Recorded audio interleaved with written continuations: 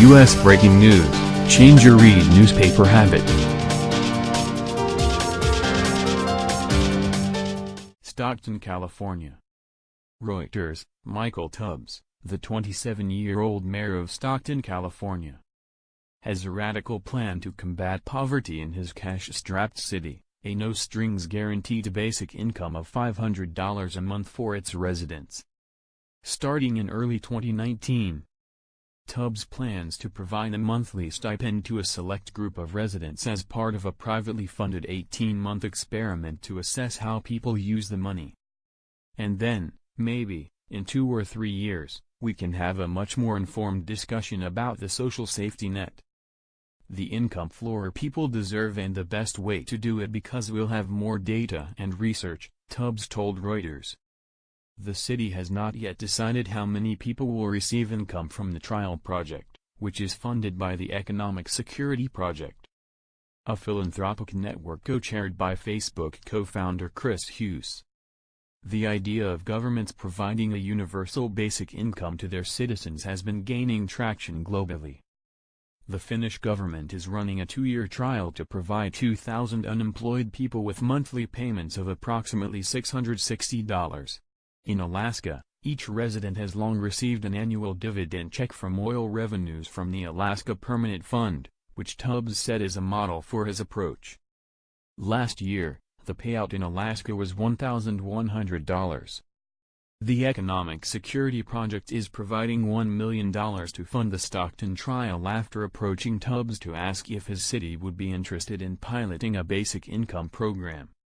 "I jumped at the opportunity," said Tubbs, who was familiar with the concept from the writings of civil rights leader Martin Luther King Jr. Hughes, 34, has proposed the U.S. government give a guaranteed income of $500 a month to every working American earning less than $50,000 a year, at a total cost of $290 billion a year.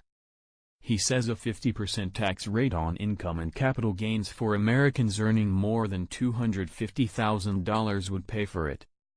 Economic empowerment. The issue of economic empowerment is a personal one for Tubbs. Growing up in Stockton, where 1 in 4 residents live in poverty, his family relied on government assistance to meet their basic needs. "My mom was on welfare for the first 5-6 years of my life," he said. "You'd get food stamps, but that's not cash, and maybe food's not the biggest need. So this gives people more agency to kind of make the best decision." The scheme is not without its detractors. The Organization for Economic Cooperation and Development argues that providing an unconditional basic income to everyone of working age would do little to combat poverty if not funded by extra taxes. Critics also say it would encourage people not to look for work. Finland's government has opted not to extend that country's 2-year trial when it ends next December. Some lawmakers and economists had argued the scheme was too expensive and narrow to yield credible conclusions.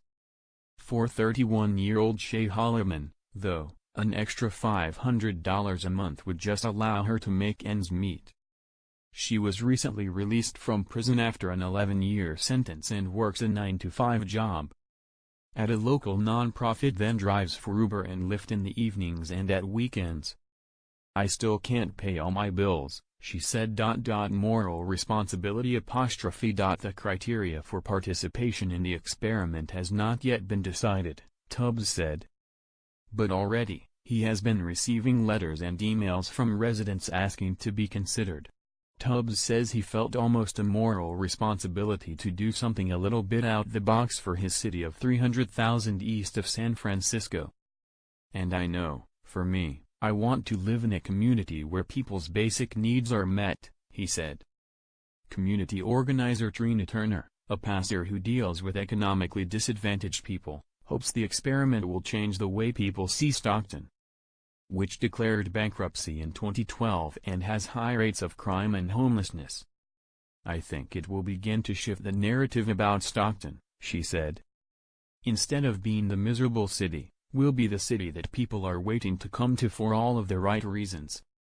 Reporting by Jane Ross, editing by Bill Tarrant and Daniel Wallace.